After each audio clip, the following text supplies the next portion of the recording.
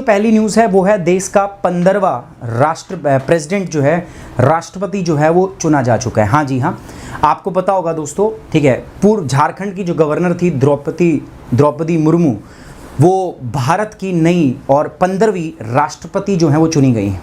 Tribal women है और youngest ever राष्ट्रपति जो है हमें मिला है। ट्राइबल वुमेन है, संथाल ट्राइब से ये बिलोंग करती है। इन्होंने अपनी जो लाइफ है वो नॉर्मल स्टार्ट की थी, उसके बाद ये टीचर बनी, ठीक है, इन्होंने पढ़ाया और टीचर बनने के बाद में ये चुनाव लड़ती हैं। चुनाव लड़ने के बाद में इन्होंने एमएलए का चुनाव जो है लड़ा, वो जीता और उसके बाद में ये 2000 से 2004 के बीच में मंत्री भी रही हैं और आज इनको देश के सर्वोच्च पद पर यानी कि भारत के राष्ट्रपति के पद पर नियुक्त किया गया है, चुना गया है, मैं कह सकता हूं भारत के राष्ट्रपति के पद पर चुना गया है। तो द्रौपदी मुर्मू जो है वो एनडीए कैंडिडेट थी, नेशनल डेमोक्रेटिक अलायंस यानी कि जो बीजेपी मेन पार्टी है और उसकी जो सहायक पार्टी है उनका ये कैंडिडेट थी और ये सक्सेसफुली इलेक्ट हो गई हैं भारत के 15वें राष्ट्रपति के रूप में। तो भारत को अपना 15वां राष्ट्रपति मिल गया है द्रौपदी मुर्मू के रूप में। संथाल टाइप से बिलोंग करती हैं, ट्राइबल वुमेन है, महिला है, यंगेस्ट है। सो कई सारी खास बातें इसके अंदर है जो अपने को इस पर्टिकुलर इसमें ध्यान रखनी है। तो टॉपिक तो इतना ही है, बाकी इसके अंदर में दोस्तों आपको पता है यूपीएससी के पर्सपेक्टिव से, पॉइंट ऑफ व्यू से जब हम देखते हैं तो प्रेसिडेंट का इलेक्शन बहुत इंपॉर्टेंट हो जाता है कि राष्ट्रपति जो है उसका इलेक्शन कैसे होता है, क्या प्रोसेस होता है, क्या क्वालिफिकेशन होती है, वो सब इस चीज़ के अंदर, इस टॉपिक के अंदर में हम क्या करने वाले हैं दोस्तों, डिस्कस करने वाले हैं। तो चलिए दोस्तों, 15वें प्रेसिडेंट ऑफ इंडिया हमारी जो है द्रौपदी मुर्मू है। मैं आपको बताऊंगा राष्ट्रपति का चुनाव कैसे होता है। इस सब को समझने के लिए मैं फिर से आपको बताऊंगा, जो बार बार मैं आपको बताता हूं, आपको मेरे साथ गवर्नमेंट का स्ट्रक्चर समझना पड़ेगा। जब मैं बोलता हूं ना गवर्नमेंट यानी कि सरकार, तो सरकार क्या होती है? सरकार के देखो 3 अंग होते हैं। पहला अगर मैं बात करूं आपको तो फर्स्ट जो पार्ट होता है गवर्नमेंट का उसको हम क्या बोलते हैं? लेजिस्लेचर, ठीक है।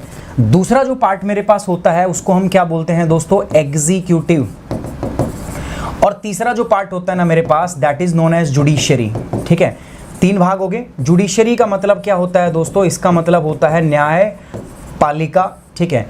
एग्जीक्यूटिव का मतलब क्या होता है दोस्तों? एग्जीक्यूटिव का मतलब होता है कार्यपालिका, ठीक है।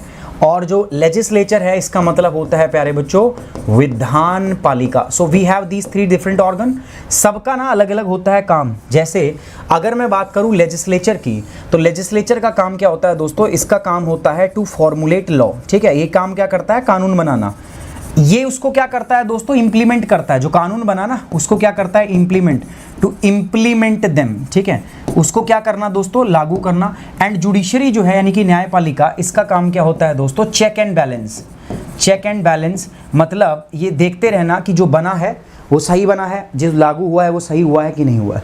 अब भारत में चूंकि फेडरल सिस्टम है तो जुडिशरी जो है को छोड़ के ये दोनों 2 भागों में बटे होते हैं, है ना। एक तो स्टेट के लिए काम करता है और एक यूनियन के लिए। कहने का मतलब है यूनियन एग्जीक्यूटिव, केंद्रीय कार्यपालिका, और दूसरी हमारे पास होती है स्टेट एग्जीक्यूटिव यानी कि स्टेट कार्यपालिका। यूनियन के अंदर में सबसे टॉप पर कौन होता है दोस्तों? राष्ट्रपति, प्रेसिडेंट। इसी की सेम पोस्ट यहां पर किसके पास होती है दोस्तों? गवर्नर के पास, ठीक है। इसके बाद कौन होता है दोस्तों? यहां पर वाइस प्रेसिडेंट। यहां वाइस प्रेसिडेंट की कोई पोस्ट नहीं होती। यहां पर फिर आ जाता है पीएम, तो यहां पर क्या आ जाता है? सीएम। यहां पर आ जाता है दोस्तों COM, council of minister. And यहां पर फिर आ जाता है अटॉर्नी जनरल। यहां पर भी अगर हम बात करें तो यहां पर भी सीओएम, और यहां पर भी क्या आ जाता है? Advocate general. सीओएम मतलब काउंसिल ऑफ मिनिस्टर। अब अगर मैं बताऊं गवर्नमेंट के हिसाब से तो एग्जीक्यूटिव का हेड कौन है? देखो सबसे ऊपर है राष्ट्रपति, सबसे ऊपर है। दैट मीन्स गवर्नमेंट में एग्जीक्यूटिव यानी कार्यपालिका में केंद्रीय कार्यपालिका का प्रमुख होता है कौन दोस्तों? आपका राष्ट्रपति। तो राष्ट्रपति is the head of union executive, Bharat के केंद्रीय कार्यपालिका का हेड होता है। और साथ साथ में अगर आपको मैं बताऊं, ये नॉमिनल हेड है, टिटुलर हेड है, नामचारे का हेड है। आपको पता है दोस्तों, ठीक है। आर्टिकल 74 क्या कहता है? Article 74 says that there shall be a council of minister to aid and advise the president, and president जो उसकी एड एंड एडवाइस है that shall be binding upon the president. राष्ट्रपति को काम करने के लिए काउंसिल ऑफ मिनिस्टर की जरूरत पड़ती है, और जो सलाह काउंसिल ऑफ मिनिस्टर देता है वो राष्ट्रपति को मान्य होती है, माननी पड़ती है। The aid and advise is binding upon the president. ये आपको ध्यान रखनी है, ठीक है। सो प्रेसिडेंट नाम का हेड होता है, बाकी रियल में हेड कौन होता है दोस्तों? Prime minister. प्रधानमंत्री रियल हेड होता है। तो अब इसी राष्ट्रपति के जो भारत का नॉमिनल हेड है, जिसको हम स्टेट हेड बोलते हैं, उनका भी क्या हुआ है दोस्तों, इलेक्शन हुआ है, उनका भी चुनाव हुआ है, उनको अभी नियुक्त किया गया है, चुना गया है दोस्तों। तो उन्हीं के बारे में हम बात करेंगे कि इलेक्शन कैसे होता है भारत के अंदर में। उसी में हम बात करेंगे कि जो इलेक्शन की प्रोसेस क्या है भाई, कौन बन सकता है, क्वालिफिकेशन क्या है भाई। अब देखो ना, राष्ट्रपति है तो राष्ट्रपति तो कौन बनना नहीं चाहेगा, सब बनना चाहते हैं, बट उसके लिए कुछ क्वालिफिकेशन होती है, वो क्या होती है, तो एवरीथिंग, ठीक है, हम सब चीज़ों क्या करेंगे, we are going to discuss it in very detail, बहुत डिटेल में हम इसको देखेंगे। तो 15वें प्रेसिडेंट ऑफ इंडिया, भारत के 15वें president Draupadi Murmu elect as the 15th president of India, Bharat की 15वें राष्ट्रपति के रूप में इनको चुना गया है दोस्तों। कल का टॉपिक है, ठीक है, 21 जुलाई का शाम का 10:30 बजे के आसपास की बात है, तो मैं इसी को आपको डिस्कस कर रहा हूं। सो जीएस पेपर 2 इंडियन पॉलिटी। सबसे पहले तो कोई भी चीज़ हम पढ़ते हैं, कई बच्चे मेरे से कहते हैं सर हम यूपीएससी की तैयारी अभी शुरू की है, तो आप हमें ये बताइए कि हम कहाँ से शुरू करें, कौन सा न्यूज़पेपर शुरू करें, ठीक है, कैसे पढ़ें। देखो यार, न्यूज़पेपर से सच बताऊं आप कुछ नहीं कर पाओगे, ठीक है। उसका रीज़न क्या है दोस्तों कि जब न्यूज़पेपर से आप पढ़ोगे ना तो आपको पता ही नहीं चल पाएगा, तो इसीलिए आपको स्ट्रक्चर्ड तरीके से बताया जाता है। जीएस पेपर 2 में इंडियन पॉलिटी और गवर्नेंस का पार्ट होता है, and that's why we are discussing it here. So GS paper 2 के अंदर में हम डिस्कस कर रहे हैं पूर्व झारखंड की गवर्नर और एनडीए कैंडिडेट जो है द्रौपदी मुर्मू, उनको 15वें राष्ट्रपति के रूप में चुना गया। 15वां राष्ट्रपति ये थे, 14वां कौन था, रामनाथ कोविंद जी, ठीक है, याद रखना चाहिए आपको, ठीक है। 13th कौन थे, प्रणब मुखर्जी। उससे पहले कौन थे, ये आपको बस पता होना चाहिए, ठीक है। ये चीज़ें आपको क्या होनी चाहिए, पता होनी चाहिए, ध्यान रहनी चाहिए आपको, क्योंकि 15 ही तो नाम है भाई। कौन दोबारा इलेक्ट हुआ, ठीक है, कौन एक ही बार रहा, कौन अपने कार्यकाल में जिनकी है मृत्यु हो गई, ऐसे कुछ फैक्ट्स होते हैं जो आपको याद रखने होते हैं। यूपीएससी पूछता नहीं है, बट पता नहीं यार आजकल ना कुछ भी उल्टा पुल्टा आजकल कुछ हो रहा है। आजकल वो सारी चीज़ें हो रही हैं जो आपने कभी एक्सपेक्ट नहीं की होती हैं। सो इसलिए मैं आपसे कह रहा हूँ कि इन चीज़ों के बारे में देखना ज़रूर, पढ़ना ज़रूर। She is the first tribal women to be appointed the position. देखो भारत की ना इस पद पर नियुक्त होने वाली वो पहली आदिवासी महिला है, ठीक है। This is the first women appointed for this post, the highest post in the India. Bharat के अंदर सबसे ऊंची संवैधानिक पोस्ट के ऊपर नियुक्त होने वाली ये पहली ट्राइबल वुमेन है। पहली ये क्या है दोस्तों, ट्राइबल महिला है। पहली मैं बता दूं दोस्तों, तो जो मुर्मू जी हैं ये संथाल ट्राइब से बिलोंग करती हैं, ट्राइबल हैं संथाल। आपने पढ़ा होगा दोस्तों संथाल ट्राइब, ठीक है, हिस्ट्री के अंदर में संथाल रेवोल्यूशन भी पढ़ा होगा आपने, ठीक है, संथाल रेबिलियन कहते हैं, ठीक है, संथाल रेबिलियन। सो मुर्मू जी जो हैं वो संथाल ट्राइब से बिलोंग करती हैं। ये मयूरभंज, आज कहाँ पे है Mayurbhanj, Orissa. So she was born in Mayurbhanj, coming up the hard way of the life. जिंदगी बहुत मुश्किल रही है इनकी भी। Graduate and teaching in Orissa में ग्रेजुएट हुई, वहीं पे उन्होंने पढ़ाया। उसके बाद ये पॉलिटिक्स में इन्होंने एंटर किया लोकल बॉडी चुनाव से, बाद में एमएलए का चुनाव लड़ी और चुनाव जीती एमएलए का। 2000 से 2004 के बीच में ये मंत्री भी रही हैं, ठीक है। ये क्या रही हैं दोस्तों, मंत्री भी हैं। अनिल कुमार वर्मा, बहुत अच्छा हूँ यार, ठीक है, एकदम बढ़िया हूँ, आप बताइए। सब कुशल मंगल नहीं है, बट ठीक है, ज़िंदगी है, अप्स एंड डाउन्स भाई चलते रहेंगे। मेरे साथ कुछ ज़्यादा चल रहे हैं, कोई बात नहीं, समय है, बीतेगा एक दिन। सो ये मुर्मू जी के बारे में हमने बताया आपको, ठीक है। तो कहाँ से हैं, कैसे हैं, मिनिस्टर कैसे बनी। अब आ जाते हैं अपने टॉपिक पे। कोर टॉपिक जो है किसका, यूपीएससी का। यूपीएससी में एक टॉपिक है ना प्रेसिडेंट ऑफ इंडिया, पॉलिटी के अंदर में, तो पता होना चाहिए। देखो प्रेसिडेंट ऑफ इंडिया जो है वो भारत के रिपब्लिक ऑफ इंडिया का क्या होता है दोस्तों, हेड होता है। सबसे पहली बात, इंडिया को जब रिप्रेजेंट किया जाता है तो रिप्रेजेंटेशन किसके नाम पे होता है, भारत को रिप्रेजेंट करने वाले हेड का नाम क्या है दोस्तों, राष्ट्रपति, ठीक है। इंडिया को राष्ट्रपति रिप्रेजेंट करता है, नॉमिनल टिटुलर हेड होता है। रियल में उसके पास कोई पावर नहीं है, real power comes to the prime minister. Prime minister के पास रियल पावर है।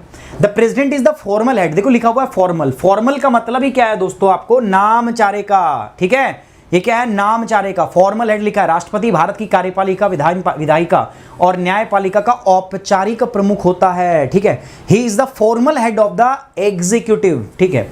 ये बात लेजिस्लेचर और judiciary in India, and it is also the commander in chief of the Indian armed forces. Bharat का सबसे हाईएस्ट पोजीशन, कॉन्स्टिट्यूशनल पोस्ट के सबसे ऊपर कौन बैठे हैं दोस्तों, भारत के राष्ट्रपति। वो भारत के कमांडर इन चीफ भी है। तीनों आर्मी, तीनों मतलब सेनाएं जो है हमारी, आर्मी, एयरफोर्स, ठीक है, नेवी, सब किसके अंडर में आती है दोस्तों, all comes under the president, supreme commander है ना। इलेक्शन की बात करते हैं दोस्तों, तो इलेक्शन क्या कह रहा है दोस्तों, देखो आर्टिकल नंबर 24 संविधान के अंदर। अब देखो यार, कोई चीज़ें ऐसी होती है जैसे हम कहते हैं संवैधानिक पोस्ट होना। मैं कह रहा हूँ राष्ट्रपति एक संवैधानिक पोस्ट है, ठीक है। इसका मतलब क्या है, राष्ट्रपति के बारे में संविधान में बताया गया है, संविधान में प्रॉपर आर्टिकल है। तो राष्ट्रपति के इलेक्शन के बारे में कहाँ बताया गया दोस्तों, आर्टिकल 54 जो है संविधान का, ये बताता है कि किस प्रकार से राष्ट्रपति का चुनाव कराना है। तो सबसे पहली बात तो एक क्लियर हो गई, राष्ट्रपति जी का चुनाव होता है। आईएएस का क्या होता है, आईएएस का चुनाव होता है भाई, आईएएस के फॉर्म भरे जाते हैं, रिक्रूटमेंट होता है आईएएस का। ये बहुत बेसिक चीज़ें हैं जो मतलब आपको पता होनी चाहिए। आईएएस का रिक्रूटमेंट होता है, नियुक्ति होती है आईएएस की, ठीक है। जहाँ रिक्रूटमेंट होता है वहाँ पे फॉर्म भरे जाते हैं, टेस्ट होते हैं, इंटरव्यू होते हैं, फिर जाके एक बोर्ड या कोई मेंबर होते हैं जो सेलेक्ट करते हैं। इलेक्शन के अंदर में क्या होता है दोस्तों, इलेक्शन के अंदर में आपको उठना होता है, उसके बाद लोग आपको वोट करते हैं। अगर आप इलेक्शन कंटेस्ट करके जीतते हैं तो आप बन जाएंगे, नहीं जीतेंगे तो नहीं बनेंगे, ठीक है।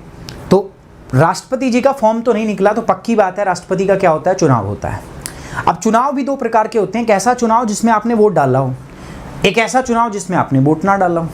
जब मोदी जी प्रधानमंत्री बने 2019 में, तो आप में जो 18 साल से ऊपर के सब ने वोट डाला था ना। आपके गांव में कोई सरपंच बनता है, आप वोट डालते हो। लेकिन इसमें कल बन गई, ये बताओ किसने वोट डाला, आप में से कोई गया वोट डालने? भाई मुर्मू जी कल राष्ट्रपति बन गई, किसी ने वोट डाल दिया क्या? हाँ भाई, किसी ने डाला वोट? मेरे हिसाब से किसी ने नहीं डाला। क्यों नहीं डाला वोट भाई आपने?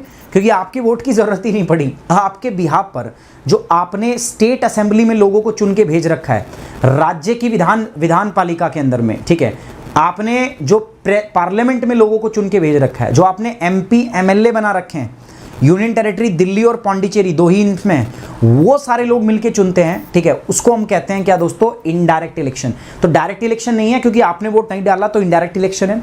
इनडायरेक्ट इलेक्शन में कौन भाग लेता है दोस्तों, आपके द्वारा चुने हुए प्रतिनिधि। आपने प्रतिनिधि कहाँ चुन रखे हैं, पार्लियामेंट में और राज्य की विधानसभा और विधान पालिका के अंदर में, ठीक है। सो वहां से लोग चुनते हैं, वो मिलके ग्रुप बनाते हैं, जिसको हम बोलते हैं इलेक्टोरल कॉलेज। इलेक्टोरल कॉलेज जो होता है वो फिर मिलके किसका चुनाव करता है दोस्तों, राष्ट्रपति का चुनाव करता है। बहुत ज़्यादा डिटेल में बात नहीं करेंगे इलेक्टोरल कॉलेज की, क्योंकि फिर वो फुल फ्लेज्ड पॉलिटी का टॉपिक हो जाएगा आपका। The president shall be elected by the member of an elected electoral college. ये इलेक्टोरल कॉलेज के द्वारा चुना जाता है। इलेक्टोरल कॉलेज मतलब होता है चुनाव मंडल, ठीक है, चुनाव मंडल के द्वारा, निर्वाचक मंडल के द्वारा इसको चुना जाता है। इसमें कौन से लोग होते हैं, पहला the elected member of the both houses of the parliament. देखो पार्लियामेंट में दो प्रकार के लोग होते हैं, एक तो इलेक्टेड और एक क्या होते हैं, नॉमिनेटेड। इलेक्टेड मतलब जिन्होंने चुनाव लड़ा, जीते और आए। नॉमिनेटेड मतलब कुछ नहीं करना पड़ा, ठीक है, राष्ट्रपति ने उनको मनोनीत कर दिया। राज्यसभा में भी ऐसा होता है, 12 सदस्यों को जो है मनोनीत किया जाता है, और लोकसभा में भी 2 होते थे पहले, एंग्लो इंडियन से, अब नहीं होते, ठीक है। नॉमिनेटेड हो या इलेक्टेड हो, दोनों टाइप के मेंबर जो हैं पार्लियामेंट के, वो इलेक्शन में भाग लेते हैं। Elected member of legislative assembly of the state, विधानसभा जो है, राज्यों की जो विधानसभा है, उसके जो निर्वाचित सदस्य होते हैं, इलेक्टेड मेंबर जो होते हैं, वो इसके अंदर में भाग लेते हैं। So the elected member, sorry यार मैं गलत बोल गया, नॉमिनेटेड मेंबर इसमें भाग नहीं लेते। Elected member of the parliament, elected member of the state assembly, and इसी प्रकार से आपका elected member of the union territory, ठीक है। दिल्ली और पौंडीचेरी 2 ही आते हैं, दिल्ली और पौंडीचेरी 2 ही आते हैं, उसमें लिखा नहीं है शायद मैंने। अब बात करते हैं एलिजिबिलिटी फॉर री इलेक्शन। क्या राष्ट्रपति एक बार, जैसे अब रामनाथ कोविंद जी थे तो बढ़िया काम कर रहे थे, क्या दिक्कत थी, कोई दिक्कत थोड़ी ना थी, तो क्या उनको दोबारा इलेक्ट किया जा सकता था? हाँ, इंडिया में ऐसा कुछ नहीं है कि आप दोबारा नहीं बन सकते, बन सकते हो। जैसे अमेरिका में ना, अमेरिका के राष्ट्रपति 2 बार से ज़्यादा, 8 साल से ज़्यादा कोई एक व्यक्ति जो है वो वहाँ का राष्ट्रपति नहीं रह सकता। Article 57 deals with the re-election of the president. A person who holds और who has held office of president shall subjected to the other provisions of the constitutions be eligible for re-election the office। Simple सी बात है कि दोबारा से चुनाव लड़ सकता है। आर्टिकल 57 कहता है कि दोबारा चुनाव भी लड़ सकते हो आप, और साथ साथ में आप दोबारा से राष्ट्रपति भी बन सकते हो, ठीक है, ये बोला गया। अब बात करते हैं qualification for the election of the president. राष्ट्रपति बनना है तो क्या क्या क्वालिफिकेशन आपके अंदर होनी चाहिए। सबसे पहला कह रहा है दोस्तों, no person shall be eligible for the election as the president. कोई भी आदमी अगर ये कंडीशन नहीं है तो वो राष्ट्रपति नहीं बन सकता। पहली क्या है, he should be a citizen of India, Bharat का नागरिक होना चाहिए। मैं बार बार बोलता हूँ भाई, उगांडा के आदमी को तो बनाएंगे भी नहीं हम यहाँ पे। If you belong from Uganda, so आप कैंडिडेचर आपका कैंसिल हो गया है, ठीक है, आप नहीं बन सकते हैं भारत के राष्ट्रपति। दूसरा, you have to completed the age of 35 year, 35 साल कम से कम आपने कंप्लीट करने चाहिए।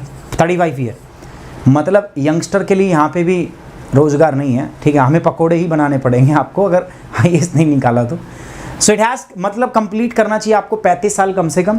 साथ साथ में आप लोकसभा का चुनाव लड़ने के लायक होने चाहिए, ठीक है, काबिल होने चाहिए आप। You have to be like eligible for the election of the Lok Sabha. आप लोकसभा में कम से कम चुनाव के लिए एलिजिबल होने चाहिए कि आप लोकसभा का चुनाव लड़ पाएं। A person shall not eligible for election of president if he hold any office of profit. Office of profit वैसे इसकी बहुत बड़ी डेफिनेशन है, बट मैं अभी आपको शॉर्ट में समझाऊं तो आप ये मान के चलो सरकारी नौकरी नहीं होनी चाहिए आपके पास। शॉर्ट में बता रहा हूँ, ये टेक्निकली ठीक नहीं है जो मैं बता रहा हूँ, बट अभी के लिए बस बता रहा हूँ, आप सुन लो। तो आपके पास कोई ऑफिस ऑफ प्रॉफिट नहीं होना चाहिए भारत सरकार के अंडर में, ठीक है, किसी भी स्टेट गवर्नमेंट के अंडर में या किसी भी लोकल बॉडी के अंदर में आप कोई ऑफिस ऑफ प्रॉफिट में नहीं होनी चाहिए। अगर आप हैं तो आप नहीं बन सकते क्या राष्ट्रपति, आपको वहाँ से त्यागपत्र देना पड़ेगा। अब बात करते हैं प्रोसेस क्या है। प्रोसेस देखो ऐसी है दोस्तों, नॉमिनेशन की। अब मैंने बताया कि एलिजिबिलिटी भाई 35 साल होने चाहिए, ठीक है। उसके बाद में सर भारत का नागरिक है, उसके बाद में सर लोकसभा का चुनाव लड़ने के लायक है, भाई ये भी है। तो अब बात करते हैं नॉमिनेशन की। अब आप ये सारी कंडीशन है आपके पास और आप कहो मैं लड़ूंगा तो भी बात नहीं बन सकती है, नहीं हो सकता। आपके पास में कुछ और लोग होने चाहिए। आप बोलो मैं लड़ना चाहता हूं, मैं राष्ट्रपति बनना चाहता हूं, कुछ नहीं होगा। आपका नाम को कोई और प्रपोज करना चाहिए। 50 व्यक्ति होने चाहिए जिनको हम बोलते हैं इलेक्टर, और 50 लोग होने चाहिए जिनको हम बोलते हैं सेकेंडरर, ठीक है, या इलेक्टर की जगह इसको लिख सकते हैं प्रपोजर। मतलब 50 ऐसे लोग हों जो आपका नाम प्रपोज करें, आपके नाम को सपोर्ट करें, आपके नॉमिनेशन को सपोर्ट करें कि हाँ भाई ये व्यक्ति है, ये हो सकता है, ठीक है। सेकंड होने चाहिए सेकेंडरर, मतलब 50 वो जो कहें आपको कि हाँ प्रपोज करें आपका नाम कि यार ये बंदा है, दम है इसमें, बन सकता है, हम इसके साथ हैं। और 50 ऐसे लोग होने चाहिए जो आपके नाम को सपोर्ट करते हो, वो अलग। तो मतलब कुल मिला के 100। अब ऐसा नहीं है कि इनको आप ले जा दो एक ऐसे ही कि चले यार बोल दियो, इनको 15-15 हज़ार रुपये का सिक्योरिटी डिपॉजिट करना पड़ता है आरबीआई के पास। और अगर आपने एक मिनिमम वोट सिक्योर नहीं किया तो आपकी जमानत जब्त, मतलब इनके जो पैसे थे वो गए, ठीक है, उसी को बोलते हैं जमानत जब्त होना, ठीक है, सिक्योरिटी कन्फिस्टिकेट हो जाती है। तो वो आपको समझ लेना है।